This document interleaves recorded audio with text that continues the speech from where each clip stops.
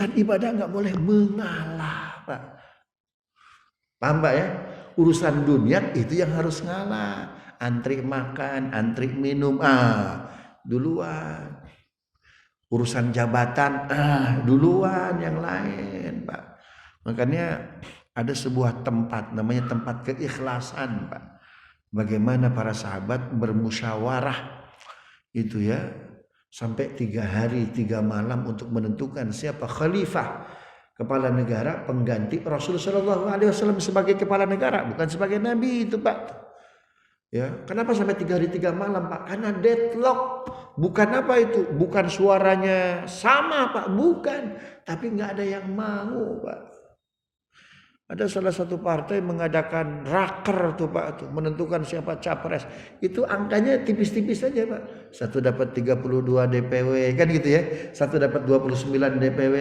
Bapak Ibu tahu tuh partai mana tuh ya. Satu dapat sekian belas DPW itu. Subhanallah. Ini rapat 3 hari 3 malam Pak. Lama betul.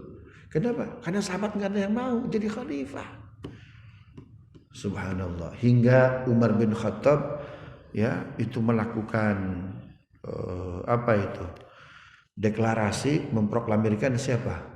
Abu Bakar Siddiq. Tempat keikhlasan tersebut sampai hari ini masih ada. Ya, jangankan tanahnya yang hijau, yang agak basah, pohon kormanya dari dulu sampai sekarang nggak mati-mati Pak. Namanya tempat Bani Saqifah di depan Hotel Movenpick tuh Pak. Itu ada pohon korma Pak. Disitulah para sahabat Nabi bermusyawarah. Pohon kormanya yang nggak mati-mati Pak. Dari dulu sampai sekarang gitu-gitu aja. Coba lihat. Sesuatu yang ikhlas, fa ammaz zabadu fayadhhabu jufaa wa amma ma yanfa'un nas fayamkuthu fil ard.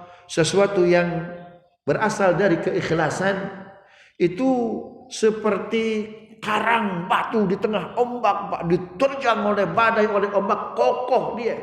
Tetapi yang basisnya bukan keikhlasan, fa ammaz zabadu fayadhhabu jufaa. Seperti buih ya yang hilang diterpa ombak. Ar-Ra'd ayat 17. Subhanallah. Selain di situ pinggirnya ada makam ayah Rasulullah. Siapa Pak? Abdullah bin Abdul Muttalib. Pintu 16 tuh Pak, Hotel Movenpick. Itu Bani Saqifah, kurmanya masih ada tuh Pak. Pemerintah Arab Saudi nggak berani menggusur, yang sebelah kanan digusur kan di perluasan. Tapi yang Bani Saqifah nggak berani itu Pak. Subhanallah. Gitu tuh ya Bapak Ibu. Dari Al-Laits. Nah itu kalau ngaji di Azhar Pak, itu satu perawi bisa lama tuh Pak tuh. Ya, bisa 40 hari itu Pak.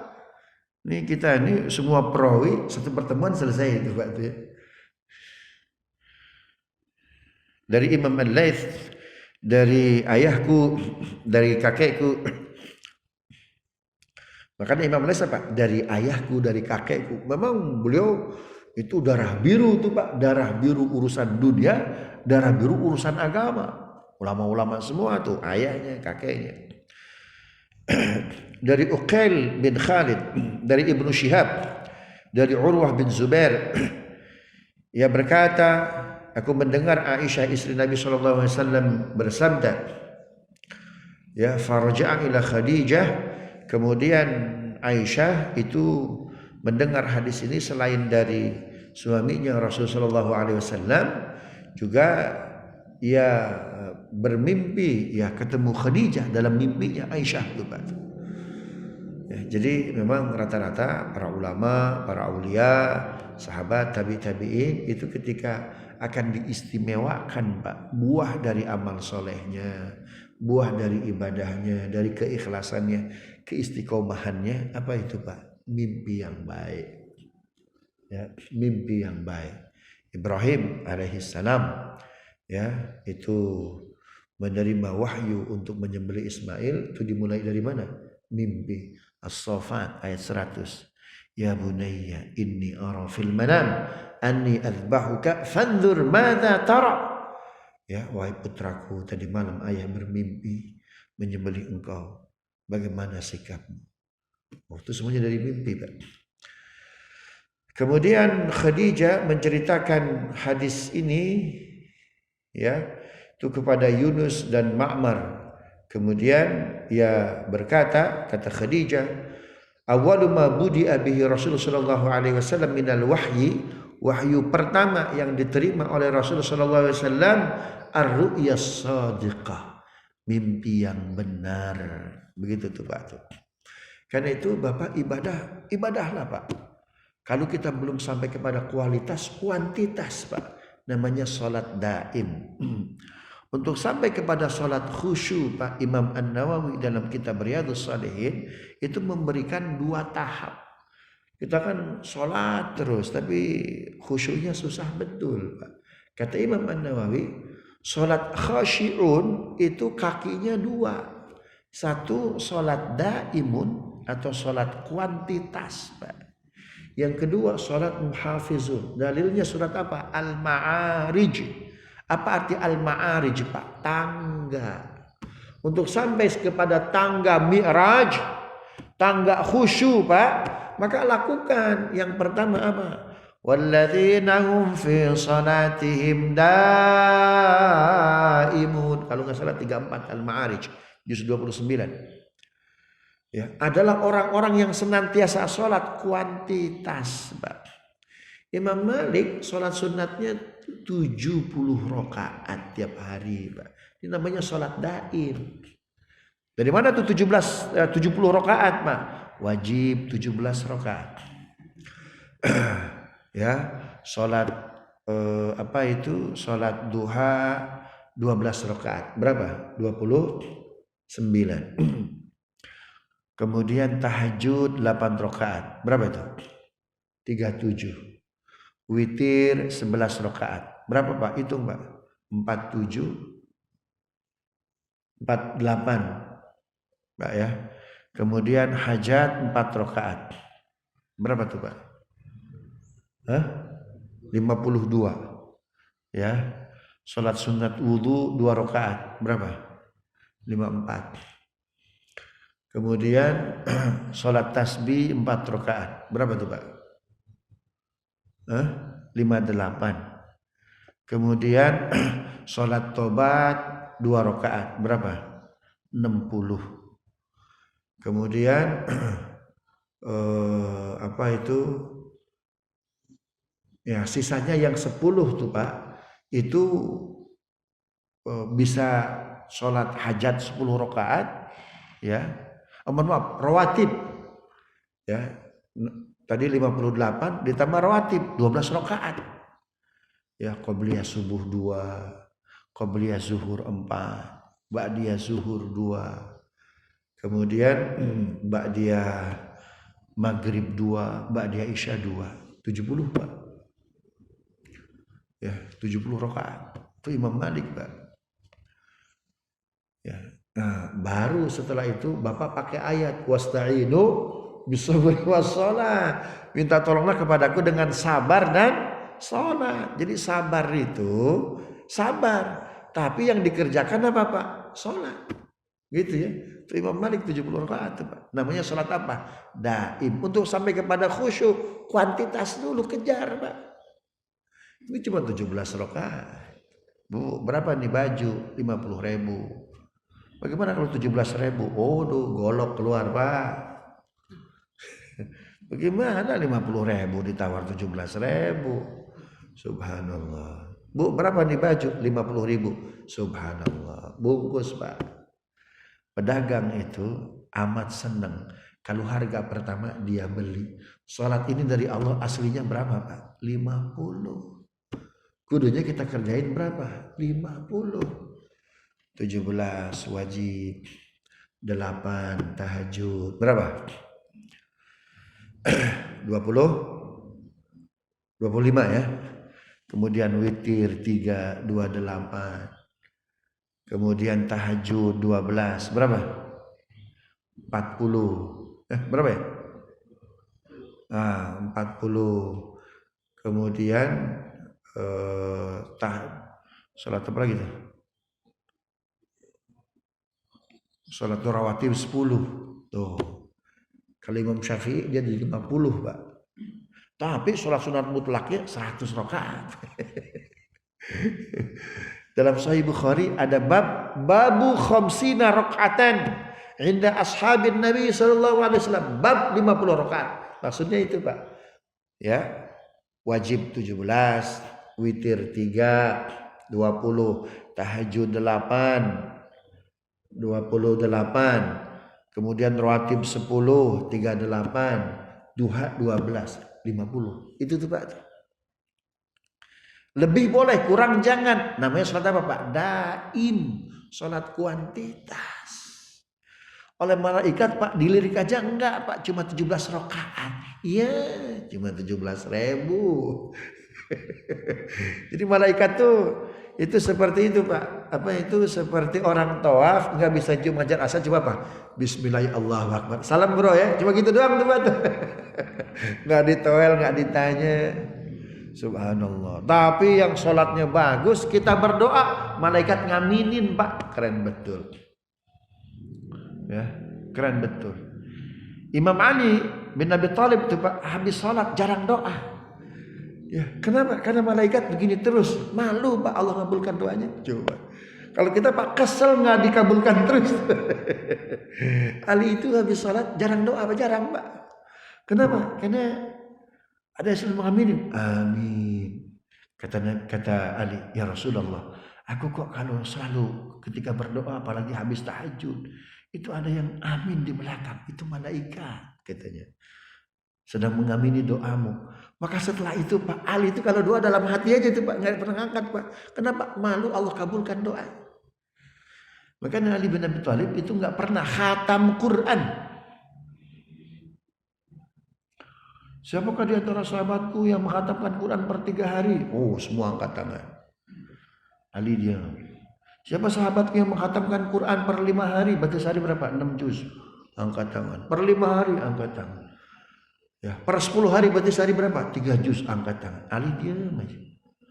Ali, ya, kau 3 hari, 5 hari, 6 hari, ya bahkan 10 hari kau nggak angkat tangan Ali.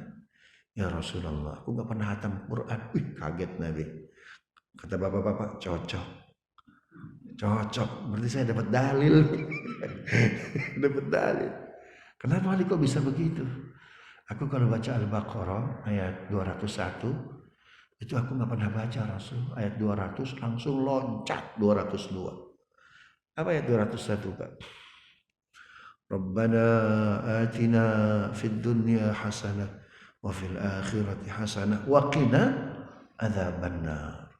Ya Allah, beri aku hasanah, kebaikan, kekayaan, kemegahan di dunia. Malu aku ya Rasulullah.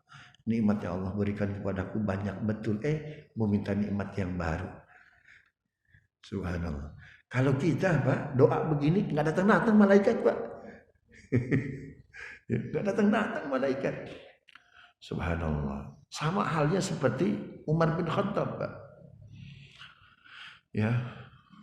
Sama halnya seperti Utsman bin Affan. Ada waktu tertentu Pak yang Allah kabulkan, itu nggak mau ngangkat tangan, malu itu, Pak. Nah, ini udah level tasawuf tuh, Pak. Oh, Ustaz, kan bukankah berdoa itu sangat penting? Iya.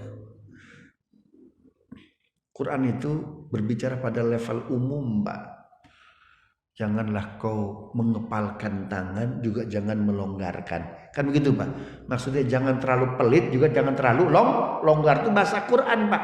Tapi faktanya Abu Bakar Siddiq, dia mensedekahkan berapa, Pak? Seluruh hartanya.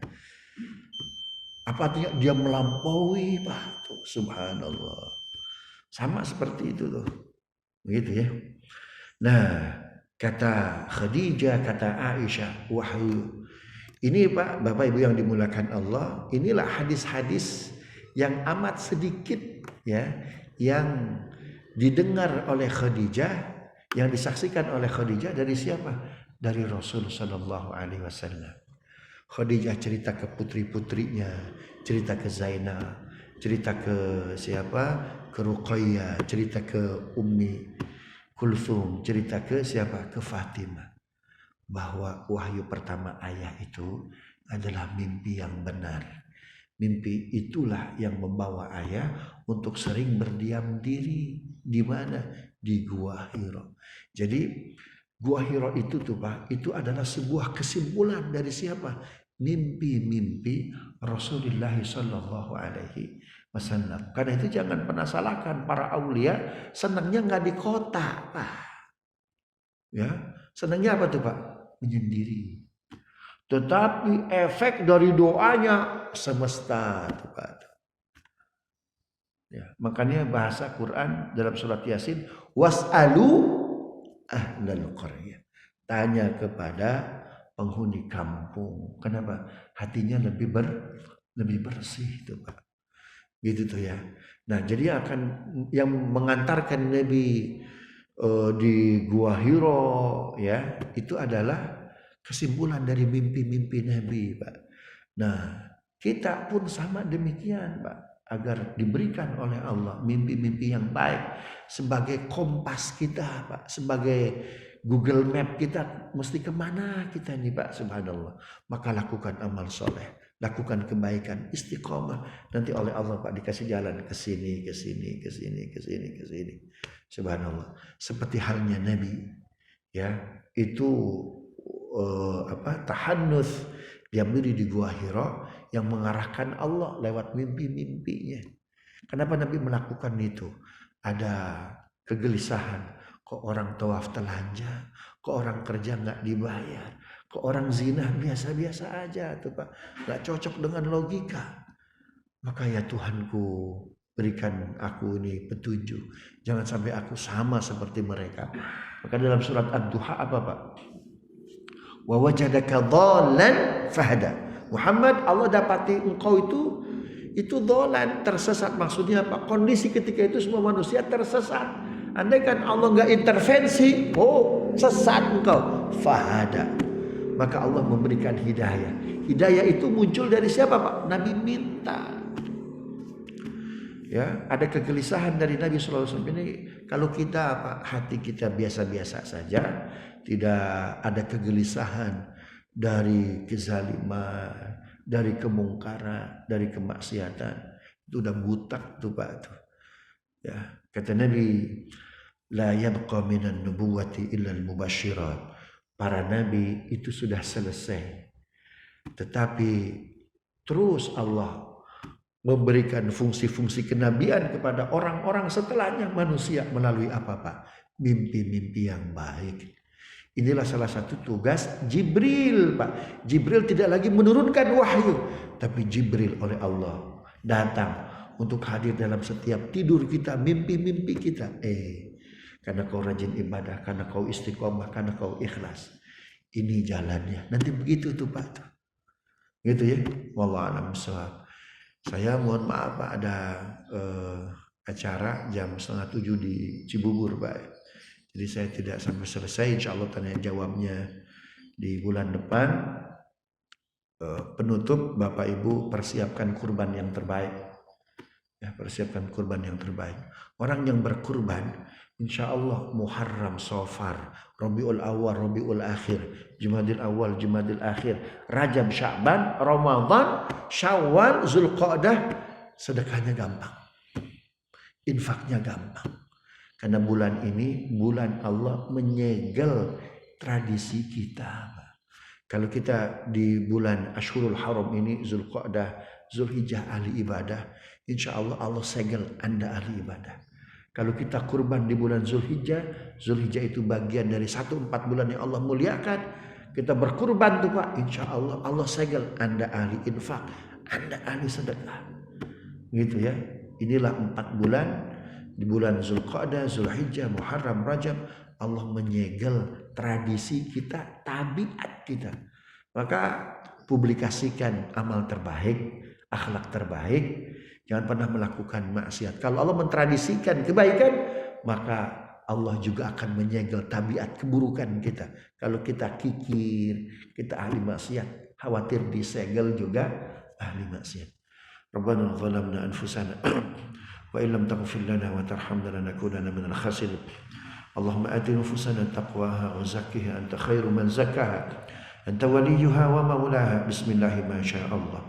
لا يسوق الخير إلا الله بسم الله ما شاء الله لا يصرف السوء إلا الله بسم الله ما شاء الله لا حول ولا قوة إلا بالله Allahumma inna na'udzubika min ilmin la yanfa. Ya Allah, aku berlindung kepada Engkau dari ilmu yang tidak bermanfaat. Wa min qalbin la yakhsha, dan dari hati yang tidak pernah khusyuk. Wa min nafsin la tashba, dan dari hawa nafsu yang tidak ada puas-puasnya.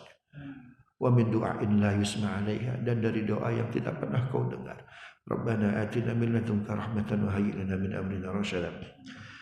Sallallahu ala sayyidina Muhammadin wa ala alihi wa sallam.